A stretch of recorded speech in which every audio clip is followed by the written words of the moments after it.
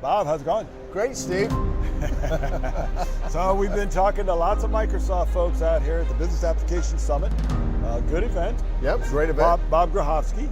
And Very your title is, your role is? I'm a director in our U.S. healthcare business, Healthcare. focused on business applications. Which is one of the vertical industries that That's are right. that are targeted. So there's about a half a dozen, I think, of specific verticals. Healthcare is clearly the one that's growing the fastest. I like to think so. Yeah. We're well, part so of the does U.S. Doug. Regulated Industries Organization.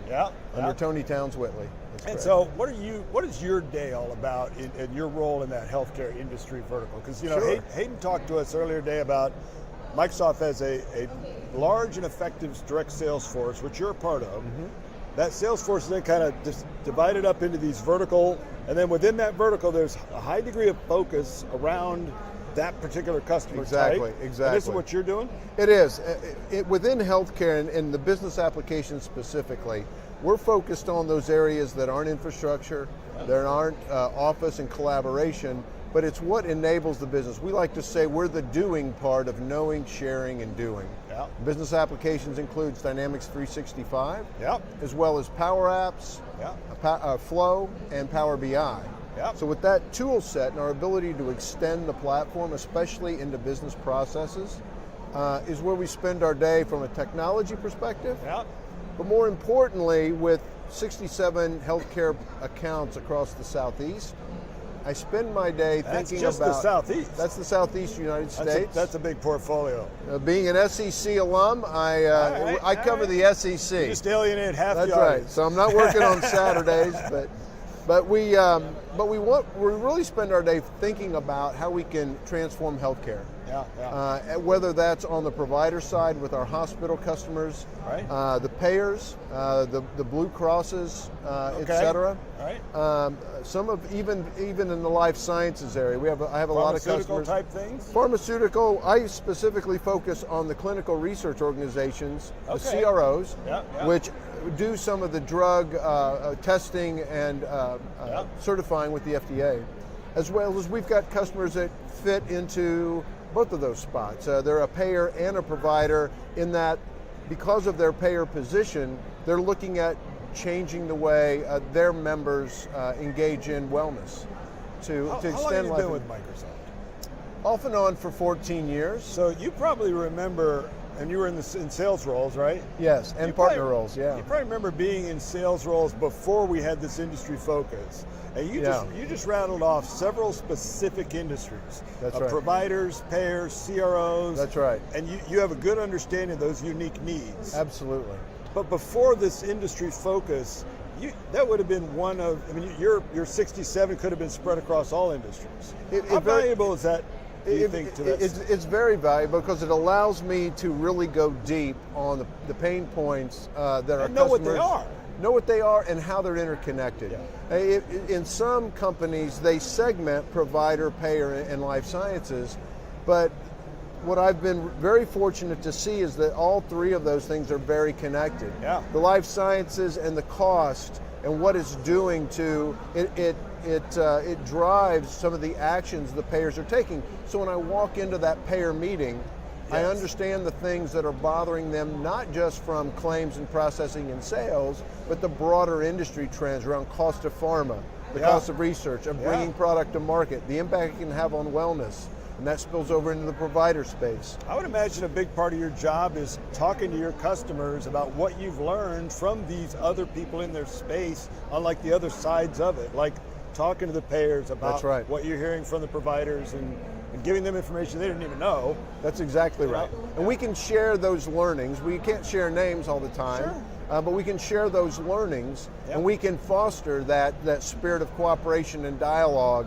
And it makes the job really fun because you're not just implementing technology, but you're really understanding the business at a board level, at a CEO level, and the things that really drive that. It's very complicated.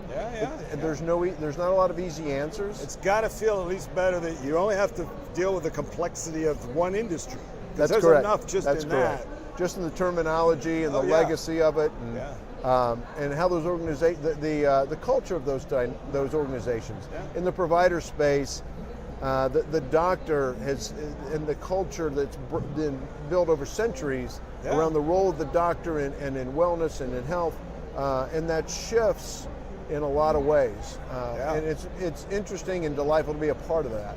So your customers are generally larger, the smaller customers, that's great. The strategic accounts. These are strategic accounts in these things. Right. When we look back at the technology stack, if you will, of Power Apps, Flow, Dynamics 365, accelerators, what are you seeing right now that customers are asking more for? What are they asking for? The direction we've taken with all of our business apps and how we've built all of that onto a common platform, integrated with Office for collaboration and on top of Azure as the source of AI and machine learning, driving those insights out. What customers are the most excited about is what Power Apps and Flow and the Common Data Service are really enabling. It's starting to click this year. Kind of that citizen developer capability, the citizen or developer, just the simplicity? Well, and it goes beyond too. The security story is very strong. Yeah. It's not segmented. It's not fragmented. So customers are starting to take note of that. We're seeing a lot of just organic growth in use cases and with Power Apps and Flow that get them thinking about business process. And if we can think about that, then the sky's the limit. The technology will be there for them. But before, if they went off and did something, it was a data risk. Now we have an opportunity to govern that because we do have this very strong platform that's kind of soup to nuts, integrated and governed and managed. As a seller, a few years ago, you basically had one product to sell.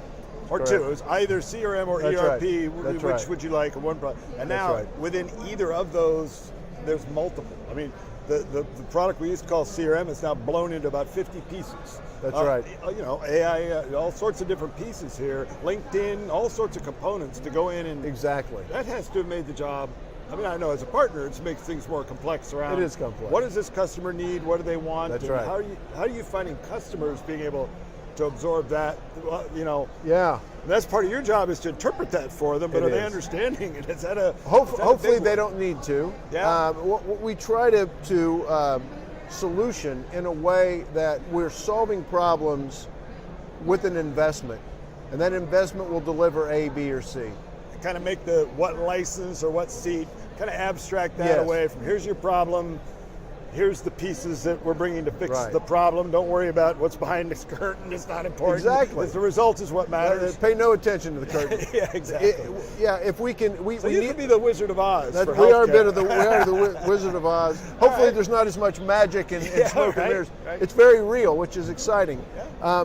But what we are, at some level, there is a transaction because the investment we're making is in our technology, and we want to be able to monetize that. Yeah. But we also are very good at articulating the value that delivers. We have a business value assessment team that I try to pull in on every deal. Yep. And the goal Hayden was talking about that earlier in the keynote, specifically that team. Very, very critical part of our sales motion and our engagement with our customers, because we're able to abstract the problem to their point of view, and then map that back to the value that investment's going to deliver. If that investment is made through a Dynamics license or a Power App license or Azure Cycles or an extension to Teams or to Office, that's great, but ultimately it's an investment that's going to yield a return. And we have the resources by way of our business value assessment team to help us with that. So way beyond the idea, yes, just buy this, we'll figure it out later, I'm sure you'll love the result. Now it's like, before you head down a path, that's right. Identify these objectives, identify the metrics that are going to be met in this process, marry up the technology that's going to meet those, deploy, come back and see if we're meeting those. It's a whole cycle. The unknowns are significantly reduced. We know exactly the target, we know exactly the goal. We know when we hit it. That's right. Everybody knows when we hit it. The customer set it. That's right. That's a whole different motion than we had just a few years ago. It's very different, and we like to build, especially in the biz app space. We can be successful when we have executive sponsorship that holds their teams and themselves accountable to results. And there's a clear vision on what we're trying to achieve. If I have those three ingredients. And we know crystal clear what those are going in, we're very transparent, we've had a good dialogue and relationship with that customer, we're going to be successful. Yeah. Conversely, if customers are looking for tools to fix all of the above, fix their process problems, fix their cultural problems, we can't always help with that. We can bring our experience in. So you guys just fun. fix it for us. Yeah, you fix it for us. We've tried this tool, we've tried that tool, none of them work, maybe we'll try your tool. Yeah. You know, we really try to go in and help, and we now have, and this is what's been great about the transformation at Microsoft, is we have those resources. We have the business value assessment team. We have doctors, nurses, former CIOs of the provider space on staff to come in help interpret for us. So I've sat in meetings, especially in the life sciences world, where every third word I had no idea what they were talking about. Right. I need my interpreters. So we've been able to partner that way, and it's been great. It's been a really good year. The business value assessment stuff, we heard about that in some of the sessions earlier. They had Chevron up there. They had Wells Fargo up there, both big companies that have gone through that process and were really raving about this is the way it should always have been done, and it should be done. So it's a different way of approaching solving business applications or business problems. Yes. I think you guys are onto something with that. It's been a lot of fun. All right. It's a good run. Thanks for stopping by, Bob. Appreciate you chatting. All right. Take care.